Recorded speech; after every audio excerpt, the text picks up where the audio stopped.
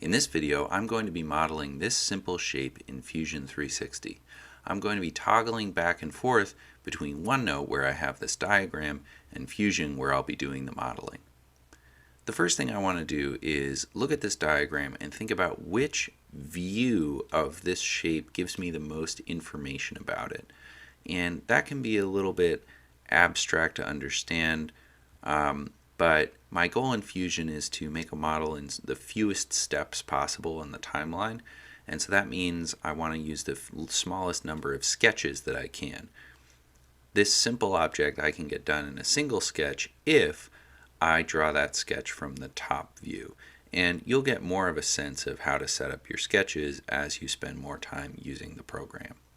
So I'm going to go over to Fusion, and I'm going to make sure that my document is in millimeters. It's not, so I'm opening up document settings.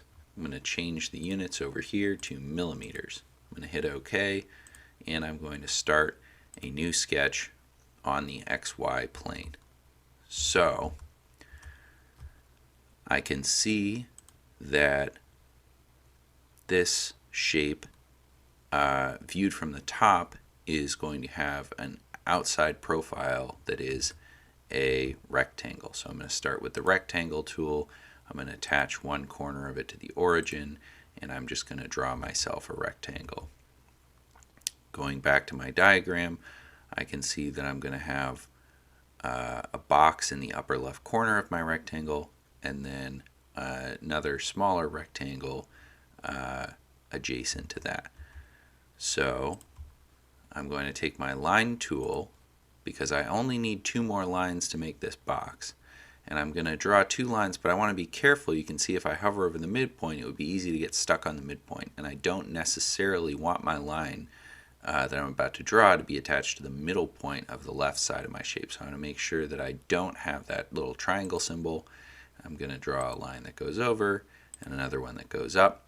Now I've carved off this little shape. It's the wrong dimensions, but that's okay. We're going to use the dimension tool to make it the right size. Now I'm going to draw a second line over and across, and you can see the program automatically generated these perpendicular constraints, which are okay for my purposes. Now it's time to get some dimensions in here. So I can see that the outside dimensions of this rectangle are going to be 50 tall and 55 wide.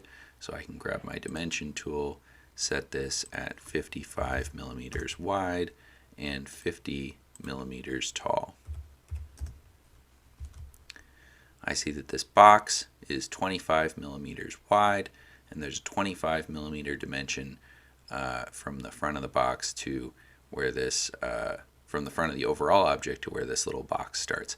Now, you can get fancy and do math in your head and figure out, okay, if this whole side length is 50 and this is 25, that means this distance is also 25 here.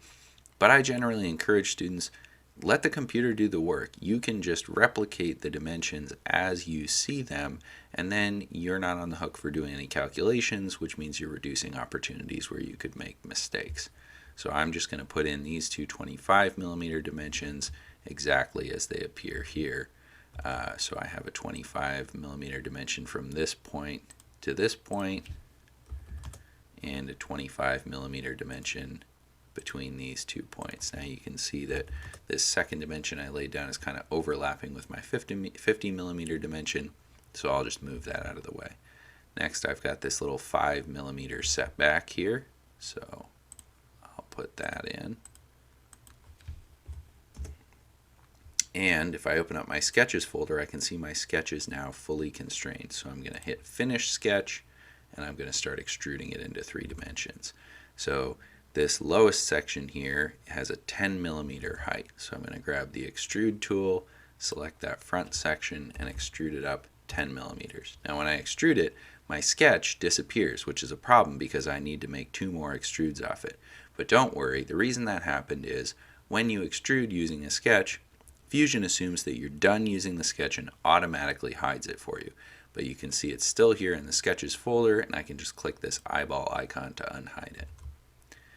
The next part of my object is extruded up to a height of 15. So same deal. I'll grab the extrude tool, select this area, and type in 15 millimeters. you can see that my operation on the extrude menu is set to join, which means that this new little chunk that I'm extruding up will be glued right onto that first piece that I already made. Finally, this tallest bit is 25 millimeters high, but it's 25 millimeters higher than this surface, which in turn is 10 millimeters below the ground. So what I'm going to do is I'm going to get my extrude tool again, select that little shape, and I'm going to type in 25 plus 10. I can do calculations right in the dimension tool, hit enter.